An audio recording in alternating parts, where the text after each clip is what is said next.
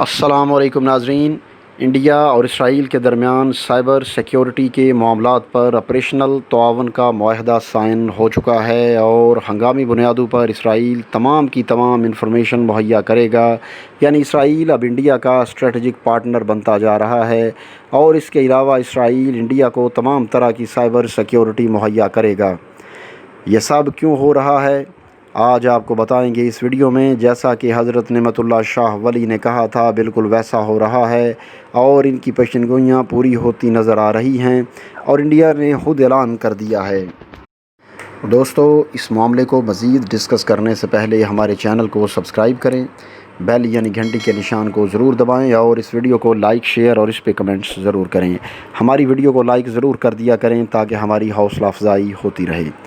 تو ناظرین، اسرائیل اور انڈیا کے درمیان سائبر سیکیورٹی پر آپریشنل تعاون کا معاہدہ سائن ہو گیا۔ دونوں پارٹنر پہلے ہی تھے، اب ایک مزید معاہدے سے پارٹنر بن گئے۔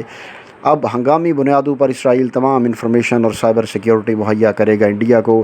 یہ حضرت نعمت اللہ شاہ ولی کی پیشن گوئی پوری ہوتی نظر آ رہی ہے اور انڈیا نے خود اس کا اعلان کیا ہے۔ انڈیا کے ایک leading news paper Hindustan Times نے وہ بات کی ہے جو حضرت نعمت اللہ شاہ ولی نے اپنی پیشن گوئیوں میں کی ہے کہ انہوں نے ایران کے سفیر کی بات کی کہ جو گولڈن رنگ بننے جا رہا ہے، جس میں چائنا، رشیا، پاکستان، ایران اور ترکی شامل ہونے جا رہے ہیں، اور یہ سب سی پیک کے ذریعے ہو رہا ہے اور اس کے بعد ان سب کا ایک بلاک بننے جا رہا ہے۔ اصل میں یہ بھول گئے ہیں کہ اس میں ایک اور حکومت بھی مستقبل قریب میں شامل ہونے جا رہی ہے اور اس کو کہتے ہیں افغان طالبان، اور وہ بھی اس میں شامل ہونے جا رہے ہیں۔ یہ سب آپ کو حضرت نعمت اللہ شاہ ولی کی پیشن گوئیوں سے بتاتے ہیں۔ ناظرین، اس وقت صورتحال یہ ہے کہ انڈیا کی آرمی ہر جگہ پر ہائی الرٹ ہو چکی ہے۔ خاص طور پر لداخ میں 60,000 فوجی تعینات کر دیے ہیں۔ ٹینکس، ڈرونز، طیارے اور جو کچھ بھی وہ لا سکتے تھے وہ لا چکے۔ اب اس تمام صورتحال میں انڈیا کے آرمی چیف کا بیان اہم ترین ہے، اور انڈیا کے آرمی چیف نے کہا ہے کہ انڈیا کو اب پاکستان اور چائنا کے ساتھ دو فرنٹ پر جنگ کے لیے تیار رہنا چاہیے، اور یہ جنگ ہونے جا رہی ہے۔ آج آپ انڈیا کا کوئی بھی اخبار یا میگزین اٹھا لیں، وہ یہی بتا رہا ہے۔ اکنامک ٹائمز بتا رہا ہے کہ انڈیا پاکستان اور چائنا دونوں کے ساتھ جنگ کر رہا ہے اور پاکستان چائنا مل کر انڈیا پر حملہ کرنے جا رہے ہیں۔ ناظرین، اب اگر دیکھیں تو یہ سب ہونے کی پیشن گوئی کوئی تقریباً 900 سال پہلے حضرت نعمت اللہ شاہ ولی نے پیشن گوئی کی تھی، اور آج یہ پوری ہوتی نظر آ رہی ہے، اور انہوں نے جو کہا وہ آج مکمل طور پر وہی بلاک بنتے نظر آ رہے ہیں۔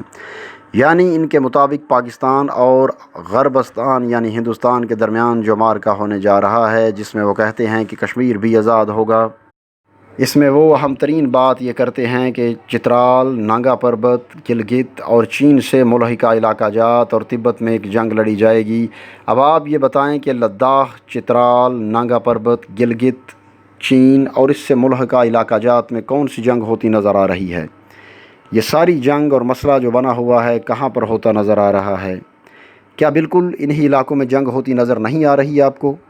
انہی علاقوں میں ہی ہوتی نظر آ رہی ہے اور یہاں پر ہی ہونی ہے۔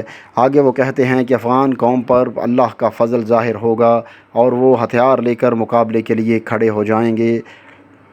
اہل کابل کافروں کے قتل کے لیے نکل آئیں گے اور کافر پوری کوشش کریں گے کہ کسی بہانے ان کو روک سکیں، لیکن اللہ کے راستے میں لڑنے والوں کو روکنے کی کوشش کی جائے گی، لیکن نہیں روکا جائے گا۔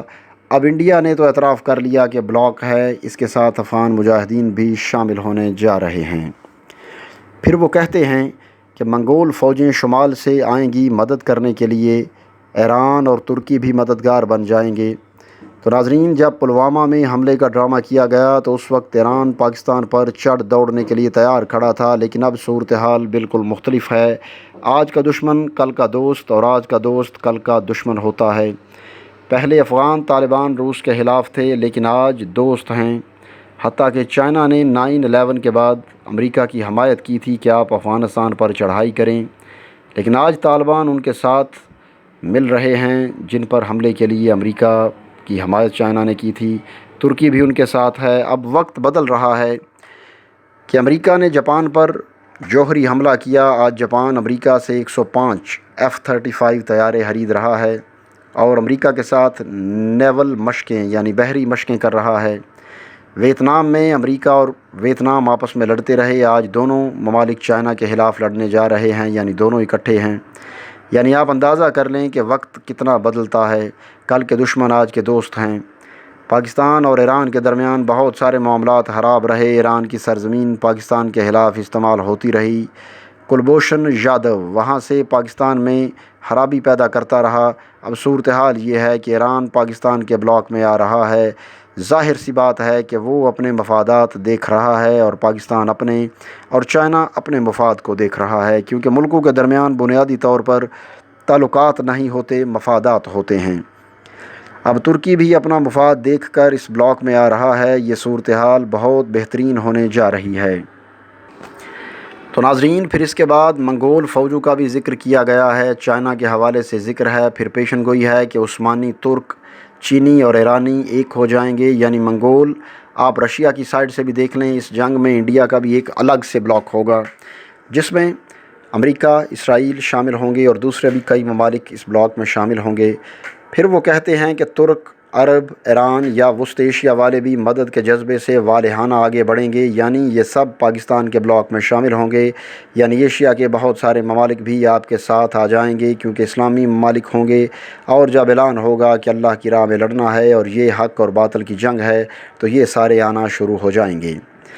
پھر شاہ صاحب فرماتے ہیں کہ دین اور ایمان کے تمام بدحوا دشمن مارے جائیں گے اور تمام ہندوستان ہندو حکومت اور شرک سے پاک ہو جائے گا۔